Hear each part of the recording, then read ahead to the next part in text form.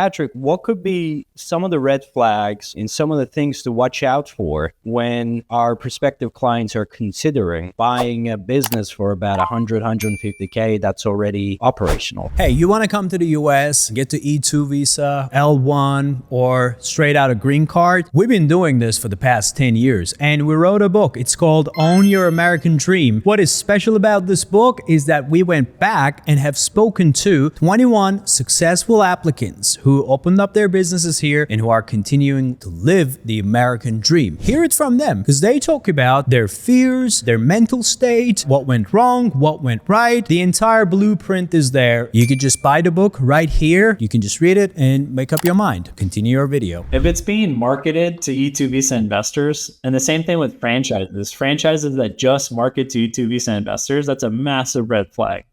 Because why aren't Americans invested in that business? That generally, if you're on the ground, you have more information.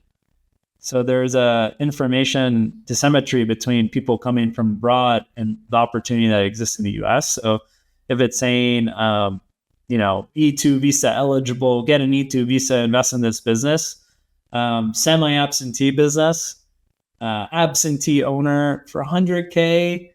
If this is making 55,000, I would buy that if I don't have to work in it day to day and spend, 5 hours a week. That's a lot of money. 55K, I get my money back every 2 years. That's a great investment. So why, if the person says they don't have to work day to day, are they selling that at such a high ROI of over 50%?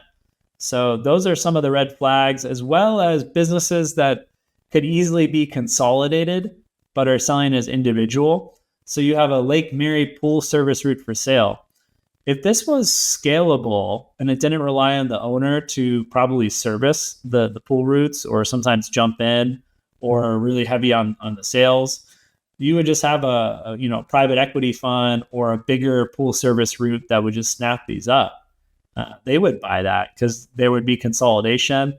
Like that, look at that photo. That's cool. Like you're just, you're working in front of the pool with your shorts and you're set up for Zoom calls if you need to, because you have, you didn't leave your full-time job. So this is kind of, selling a false dream, probably. Not probably. Look at when that business was established, Patrick. Pull up that business. Yeah. Okay. 2015.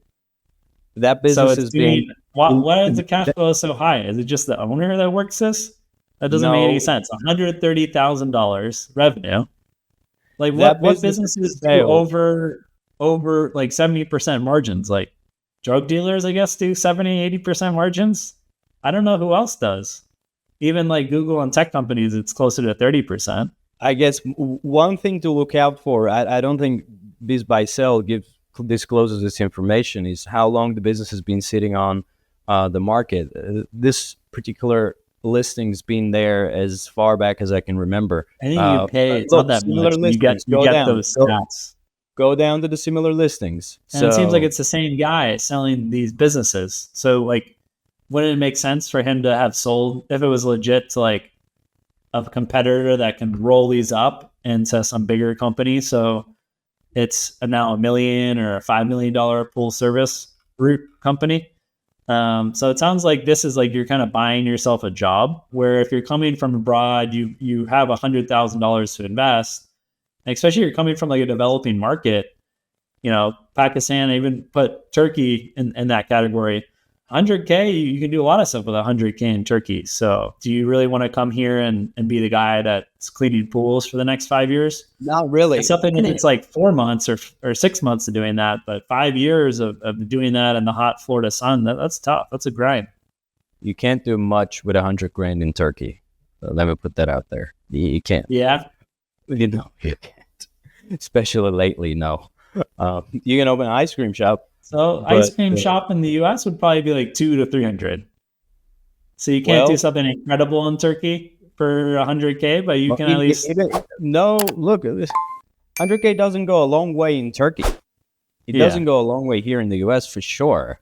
Exactly. So I would say maybe it goes twice as far in Turkey, but that's not like incredible. Yeah. And another red flag, Patrick, is owners retiring for health purposes. Right? Okay. Oh, the owner's too old. He wants to retire. Really? All right. So this is amazing. I'm sitting out there in Germany, in Turkey, or wherever I'm from. I'm on Biz Buy Sell. I see this amazing opportunity, $90,000, cash flow in business, E-2 visa, owners retiring, health problems, this, that. Oh my God, God is really watching my back. So I am this very, very, very lucky guy from Germany. Nobody in Florida is smart enough. Yeah. Nobody down the block. Nobody from the guy's family or friend circle, right? But that opportunity is out there sitting on a website with a beautiful picture. Now let me just board the plane and go and buy that business and start living the American dream. American dream, that's more like an American hallucination, to be honest with you. That's not American dream.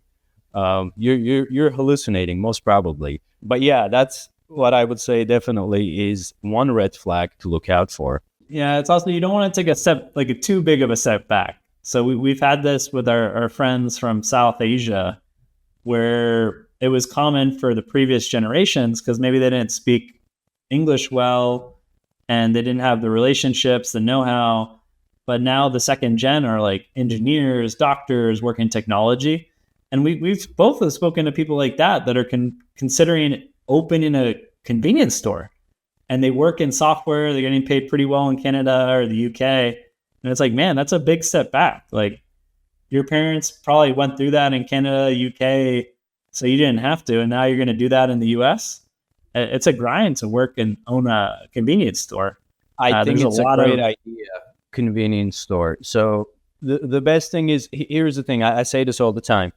If you're going to buy a convenience store in a ghetto somewhere, best thing to do is to set up a camera behind the counter and film the interactions to launch a YouTube show. Only then it makes sense. Because otherwise, that'd be fun, man. I'll do that. There are some YouTube channels like that, and I watch them sometimes. There's one like in a really bad section. Yeah, steal stuff, and the guy catches him, and he goes, "Oh, okay.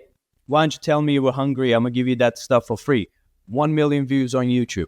That's great. Okay, that's a very viable, instant gratification friendly, social media friendly business that could be done.